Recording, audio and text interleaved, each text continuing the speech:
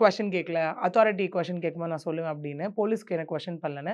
அதுக்கான கட்டங்கள் அது வரப்போ நடந்துட்டு தான் இருக்க போகுது. பிகாஸ் ஒரு பக்கம் கம்ப்ளைண்ட் ரெஜிஸ்டர் ஆயிருக்கு. நான் சொன்ன மாதிரி ஒரு பக்கம் ஆன்டிசிபேட்டரி பெயிலுக்கு மூவ் பண்ணாங்க. அதோட ஸ்டேட்டஸ் இருக்கு. அதுக்கப்புறம் இங்கேயும் நம்ம குடுத்துருக்கோம். Check bounce கேஸஸும் குடுத்துருக்கோம். இது எல்லாமே விஷ்ணுவ சார்ந்ததா மட்டும் தான் இருக்கு. திரும்ப அவங்க அந்த இடத்துல சொல்லியிருப்பாங்க. நான் அவங்கள மீட் பண்ண சந்தர்ப்பம் கிடைச்சுச்சு. பார்க்கறதுக்கான சந்தர்ப்பம் கிடைச்சது. அந்த இடத்துல அவங்க நீங்க ரொம்ப ஜென்யூன்னு தான் என்கிட்ட சொன்னாங்கன்னு. ஏங்க நான் அததாங்க ஆரம்பத்துல இருந்து சொல்லிட்டு இருக்கேன். நான் எந்த இடத்துலயும் எங்கேயுமே மாத்தி பேசல. ஓகே. இது திரும்ப சொல்லலாம் எல்லாருமே. அட்வொகேட்ஸ்ன்னு தானே சொன்னாங்க. நீங்க ஏங்க உங்கள நெனச்சுக்கிறீங்கன்னு கேட்பாங்க மக்களுமே இந்த இடத்துல.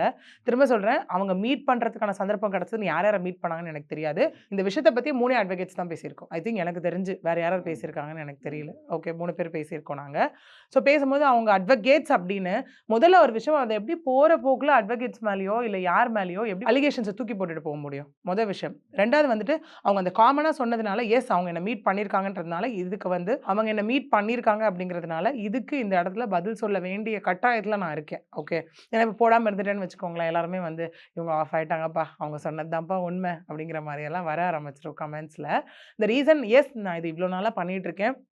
டே 1லேருந்து நான் ஏன் உள்ள இதுக்குள்ள வரேன் அப்படின்னா, இன்வால்வ்டா இருக்கேன் அப்படின்னா, நம்ம இது ஒரு அவேர்னஸா வெளில கொண்டு வந்தோம். பாதிக்கப்பட்ட மக்கள் நம்மள அப்ரோச் பண்ணாங்க. இன்னும் நெறைய அட்வொகேட்ஸும் இதுல வேலை பார்க்குறாங்க.